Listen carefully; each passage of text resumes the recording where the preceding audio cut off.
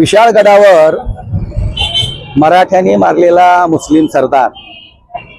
त्याच्या नावानं त्या ठिकाणी मलिक-ए-रान भक्तांनी 3 मजली RCCचा बेकायदेशीर दर्गा पुरातत्व खात्याच्या जागेवर उभा केलाय आणि त्या बेकायदेशीर दर्ग्यामध्ये त्या ठिकाणी मोठ्या प्रमाणामध्ये उरूस भरवला जातो आणि त्या उरसामध्ये मोठ्या प्रमाणामध्ये कोंबड्या बोकडं कापली जातात, मांसाहार केला जातो, मांस शिजवलं जातं, दारू प्राशन केली जाते, जुगार खेळला जातो, वेश्यागमन केलं जातं आणि त्या ठिकाणी राहण्यासाठी 200 पेक्षा अधिक खोल्या बेकायदेशीरित्या त्या ठिकाणी बांधलेल्या आहेत। संपूर्ण गड हा त्या ठिकाणी नासवायचा आणि अपवित्र करायचं काम केलं जातं आणि त्यामुळं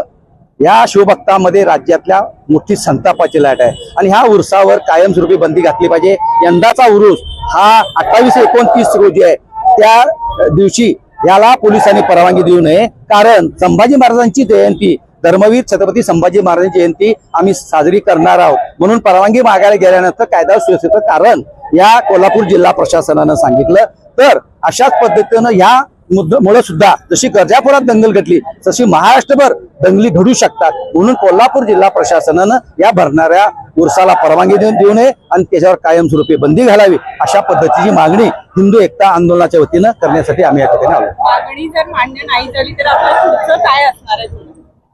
जर एकीकडे धर्मवीर छत्रपती संभाजी महाराजांची जयंती साजरी करायला परवानगी नाकारण्यात येते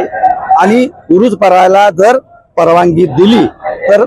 27 तारखेला तिथीप्रमाणे शिवराज्याभिषेक दिन आहे, त्या दिवशी महाराष्ट्रातून हजारो शिवभक्तांना एकत्र करून हिंदू एकता आणि सर्व हिंदुत्वादी संघटना आम्ही गडावर जाऊन त्या ठिकाणी जे जुनं छत्रपती शिवाजी महाराजांनी ज्या मंदिरामध्ये 4 दिवस जप केला,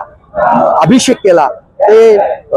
शंकराचं मंदिर, महादेवाचं मंदिर, त्या मंदिरामध्ये अभिषेक करून मोठ्या प्रमाणामध्ये थाटामाटात उत्साहात शिवराज्याभिषेक दिन त्या ठिकाणी साजरा करणार आणि त्यानंतर जर गडावर कायदा प्रश्न निर्माण झाला तर याला कोल्हापूर जिल्हा प्रशासन जबाबदार राहील।